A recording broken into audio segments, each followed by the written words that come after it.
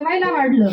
सर्व ऋषीमुनी जेवले, संतुष्ट झाले आणि आता वाट बघू लागले सगळे की आकाशात घंटानाद कधी होतोय ते. सगळे आतुरतेने वाट पाहताय पण घंटानाद काय कोणाला ऐकू येईना. सर्वांना प्रश्न पडला की असं का झालं असेल. आपण तर एवढा यज्ञ केला सर्वांच्या समाधानासाठी, शांतीसाठी, मग अजून का बरं असं घंटानाद झाला नाही. म्हणजे यज्ञाचं फळ काय आपल्याला आता मिळणार नाही. मग श्रीकृष्ण भगवंतांना पुन्हा विचारायला गेले की याचं कारण काय आहे. मग कारण श्रीकृष्ण भगवंतांनी अंतर्धान होऊन त्यांना सांगितलं की आपल्या राज्याच्या मध्यवर्ती एक घनदाट जंगल आहे आणि त्या जंगलामध्ये एक साधू राहतात आणि ते साधू ध्यानस्थ बसलेले आहे. त्या साधूंना आपण आपल्या घरी भोजनाकरता बोलवावे आणि त्यांचे भोजन झाल्यावर ते संतुष्ट होतील आणि मग ते आपल्याला यज्ञाचे पूर्णाहुतीचे मंत्र उच्चारतील आणि आपला यज्ञ पूर्णत्वाला नेतील. मग असं सांगितल्यानंतर आता सर्वजण त्यांच्या शोधात निघाले.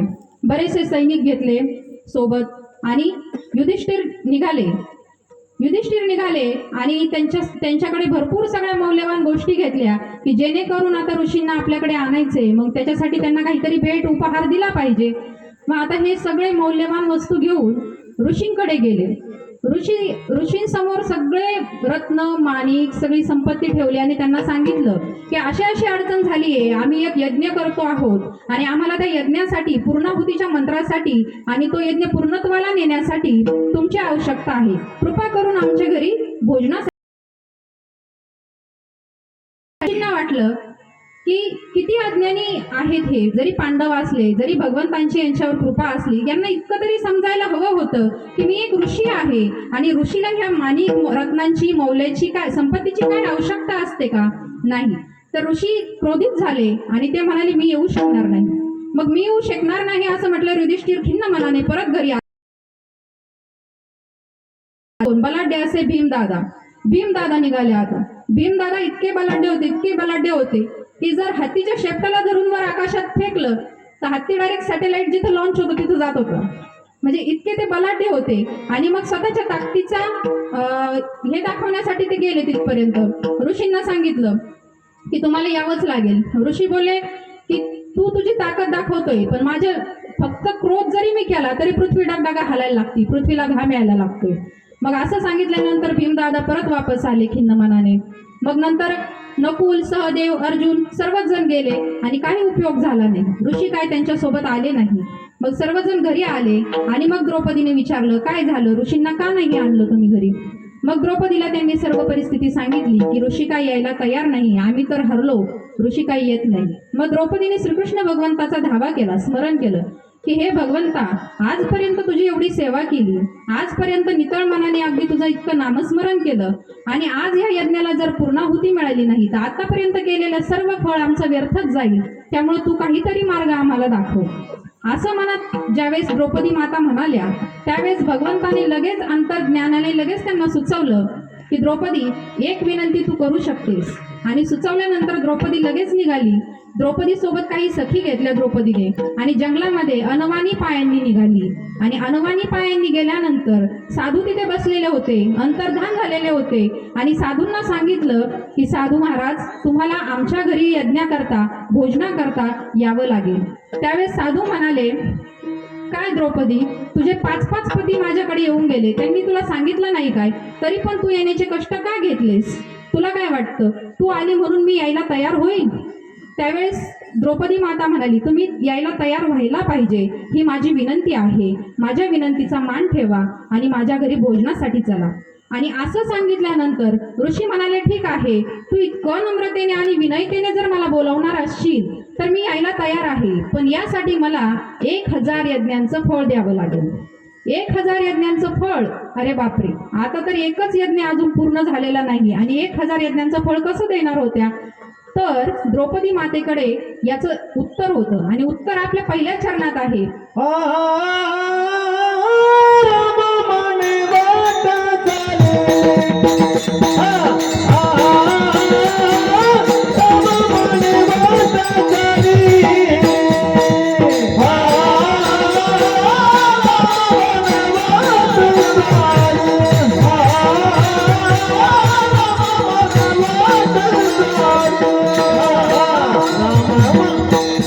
राम म्हणे वाट चाली यज्ञ पावला पावली यज्ञ पावला पावली यज्ञ पावला पावली राम म्हणे वाट पाली यज्ञ पावला पावली यज्ञ पावला पावली यज्ञ पावला पावली राम म्हणे वाट पाली यज्ञ पावला पावली यज्ञ पावला पावली यज्ञ पावला पावली राम म्हणे वाट पाली यज्ञ पावला पावली यज्ञ पावला पावली यज्ञ पावला पावली राम म्हणे वाट धरी यज्ञ पावला पावली राम म्हणे वाट धरी यज्ञ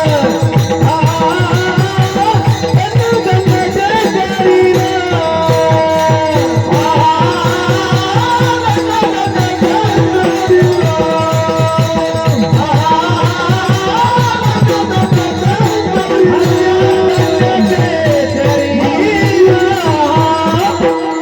माता द्रौपदी म्हणाली की हे साधूवर हे ऋषी मुनी आपणच ही माहित नाही काय, जर राम म्हणत म्हणत जर वाट चालली गेली, अनुवानी पायाने जर वाट चालली गेली, तर त्या प्रत्येक पावलाचं एक यज्ञासमान फळ आहे. आणि आपल्या इथे काय चालू आहे, अखंड हरिनाम सप्ताह.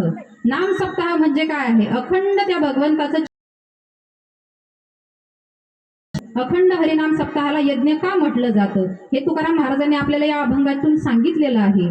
आणि मग द्रौपदी मातेने ज्यावेळेस हे सगळं काही त्यांना सांगितलं की आपला अभ्यास थोडा कमी दिसतो म्हणाल्या, शास्त्र तुम्हाला जर समजतं तर जर एका पावलाचं फळ जर एक यज्ञ असेल तर तुमचे 1000 पावलांचे 1000 यज्ञाचं फळ तुम्ही घ्या आणि बाकीचं उरलेलं माझं मला वापस द्या आणि आता माझ्या विनंतीचा मान ठेवून माझ्या घरी भोजनासाठी चला.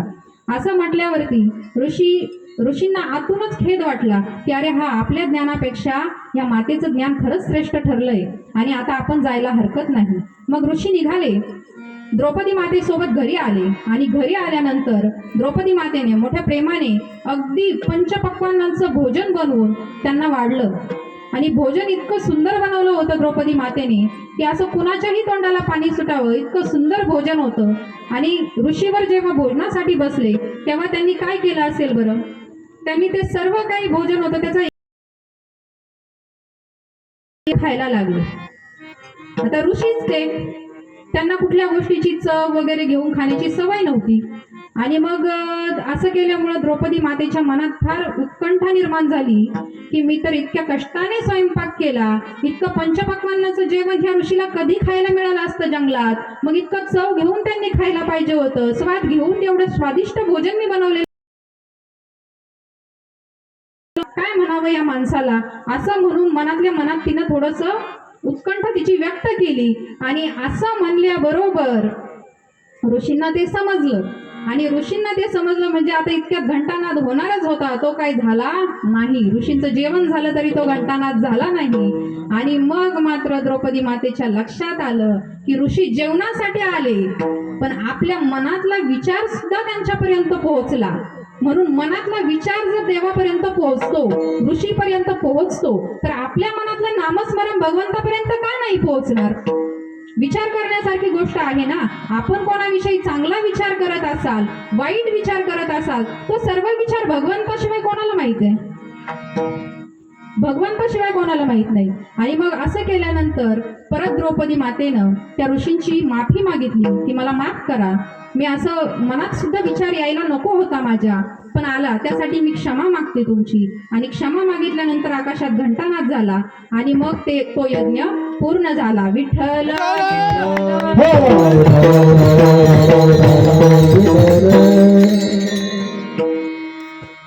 आणि आता नामदेव महाराजांचा एक प्रसंग येतो. नामदेव महाराज शिंपी होते, त्यांचा कपडे विकण्याचा धंदा होता, मंगळवेढ्याला जावं लागायचं कपडे विकण्यासाठी. आणि एक दिवस काय झालं, त्यांच्या ज्या पत्नी होत्या माता राजाई, या बिदरच्या बादशहाच्या दरबारातील एका बाबूशेठ नावाच्या मोठ्या सावकाराची मुलगी होत्या.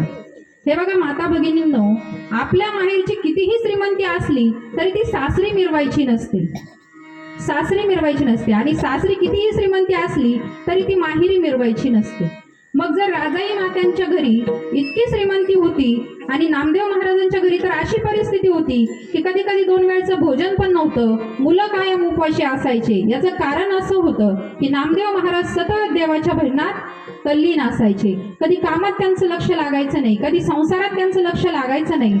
आणि अशी परिस्थिती असताना एक दिवस काय झालं, राजाई मातेच्या शेजारी परिसा भागवताचं घर होतं आणि परिसा भागवताच्या पत्नीनं एक दिवस काय केलं की राजाई मातेला एक परीस आणून दिला आणि तिला सांगितलं का हे बघ बाई, मी तुला परीस देते, पण माझ्या पतींना काही मी सांगितलं नाही, मी तुला परीस देते. तुझ्या घरची परिस्थिती काय मला बघवत नाही, ते महाराज येतात, भजन करतात, निघून जातात आणि तुझे पोरा आणि तू उपाशीच राहते.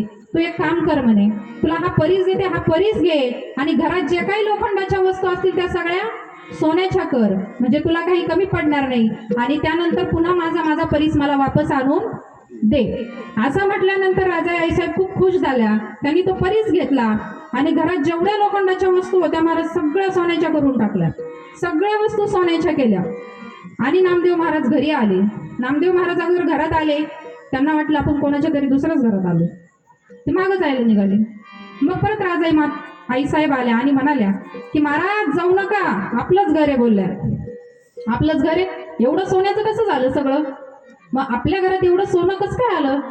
मग त्यांनी सांगितलं की मला शेजारणीने परीस दिलाय म्हणे, परीस, आणि त्या परीसामुळे मी सगळ्या लोखंडाच्या वस्तू सोन्याच्या केल्या. नामदेव महाराजांना मनातून राग आला. महाराज राग आला पण व्यक्त नाही केला. कुठे म्हणे तो परीस, दाखव की मला. गेल्या लगेच तुरु आल्या परीस घेऊन दिला त्यांच्या हातात. नामदेव महाराजांनी परीस हातात घेतला आणि ताडकन उठून गेले, चंद्रभागेमध्ये भिरकावून दिला. महाराज परीस भिरकावून दिला. आता राजाई आईसाहेबांना टेन्शन आलं, इतकं टेन्शन आलं का आता मी काय करणार नेमकं, हे परीस तर माझ्या शेजारणीने दिला होता, तिला द्यायचा होता. मग आता शेजारीने आली संध्याकाळी, दे ग बोलली, माझा परीस पाहिजे मला, माझे पती येतील आता, त्यांना सांगावं लागेल, माझ्याकडे त्यांनी सांभाळायला दिला होता. आता राजाई आईसाहेब मोठमोठ्याने रडायला लागले. आता मी काय करू, माझ्या पतीने तर परीस चंद्रभागेत भिरकावला. ती म्हणाली तू काही कर, पण मी काय माझ्या पतीला विचारून तिला दिलंय नाही. आणि लेडीजचं सध्या असंच झालंय, पतीला काही विचारायचं नाही, काय नाही, आपला मनाचाच कारभार झालाय. थोडंसं टच करीत जा, जरा माणसांना सांगत जा की मी असं करून राहिले, आपल्या दोघांचा संसार असतोय. आणि मग असं सांगितल्यानंतर परिसा भागवताच्या पत्नी घरी गेल्या आणि परिसा भागवतांना सांगितलं की माझ्याकडून अशी चूक झाली म्हणे, मी शेजारणीला परीस दिला आणि तिच्या पतीने तो असा नामदेव महाराजांनी फेकून दिला म्हणे चंद्रभागेमध्ये. असं म्हणलं. हे परिसा भागवत ताडकन उठले. 4-5 जण त्यांच्यासोबत घेऊन यांच्या घरी आले. खोटं सांगता म्हणे, तुम्ही परीस लपवून ठेवला असेल म्हणे आणि सांगता की चंद्रभागेत फेकला. परीस कसा फेकू शकता म्हणे तुम्ही, परीस म्हणजे काय, सोन्याचा बाप आहे. सोन्याचा बाप म्हणजे लोखंडाला लावला की लगेच सोनं, आणि तो परीस तुम्ही चंद्रभागेत फेकला, काय पटतं तुम्हाला, दाखवा म्हणे, मला माझा परीस आणून द्या. नामदेव महाराज म्हणे अरे काय परीस लावलंय म्हणे, देवाचं नाव घे, इतका छान मनुष्य देह मिळालाय, नरदेह मिळालाय, पुन्हा मिळणार नाही म्हणे हा देह, आणि देवाचं नाव घे, तेच सोनं आहे म्हणे, खरं तोच परीस आहे. नाही म्हणे ते काय सांगू नका मला, मी काय ऐकत नसतो म्हणे, आता मला माझा परीस पाहिजे. आता त्यांनी हट्टच धरला. म्हटल्यावर हे गेले चंद्रभागेत, गेले, गुडघ्या इतक्या पाण्यात उतरले आणि ओंजळभर वाळू बाहेर काढली. महाराज ओंजळभर वाळू बाहेर काढली आणि त्यातला कुठलाही खडा घे म्हणे परिसा भागवताला आणि लाव म्हणे लोखंडाला. काय चेष्टा लावली म्हणे महाराज तुम्ही, वाळूचे खडे म्हणे, हे वाळूचे खडे आणि परीस यातला फरक कळतो का म्हणे महाराज तुम्हाला, नुसतं विठ्ठल विठ्ठल विठ्ठल एवढंच करत असतं दिवसभर. मी किती कष्टानं तो परीस मिळवला होता म्हणे, इतकी लक्ष्मीची सेवा केली, इतकी लक्ष्मीची सेवा केली आणि मग मला तो परीस प्राप्त झाला होता. महाराज देवाची सेवा केल्यानं अनेक सिद्धी प्राप्त करता येतात महाराज, पण नामस्मरणानं जे प्राप्त होतं ते या सिद्धीतून आपल्याला कधीच मिळत नाही. महाराज विचार करण्यासारखी गोष्ट आहे. आणि मग नामदेव महाराज हसले गालातल्या गालात. ते फक्त एवढंच म्हणाले की या प्रत्येक खड्याला तू लोखंडाचा स्पर्श कर. आणि असं सांगितल्यानंतर हे 4-5 जण पाण्यात उतरले आणि बघताय प्रत्येक खडा हातात घेतला की लोखंडाची वस्तू लगेच सोन्याची व्हायची. सगळे खडेच यांच्या स्पर्शानं सोन्याचे झाले, परीस झाले होते. आणि मग असं कळल्यानंतर की नामदेव महाराजांच्या हाताच्या स्पर्शानं वाळूचे सुद्धा परीस झालेत. परिसा भागवताच्या डोळ्यातून घळघळा घळघळा अश्रू व्हायला लागले आणि भागवतांनी नामदेव महाराजांना आपलं गुरु करून घेतलं आणि गुरु केल्यानंतर नामदेव गाथामध्ये आजही परिसा भागवतांचे अभंग आहेत. 108 संतांपैकी परिसा भागवतांना संताचा मान मिळाला. असे गुरु लाभल्यामुळं संताचा मान त्यांना मिळाला. म्हणून तुकाराम महाराज म्हणतात, धन्य धन्य ते धन्य धन्य ते शरीरा, धन्य धन्य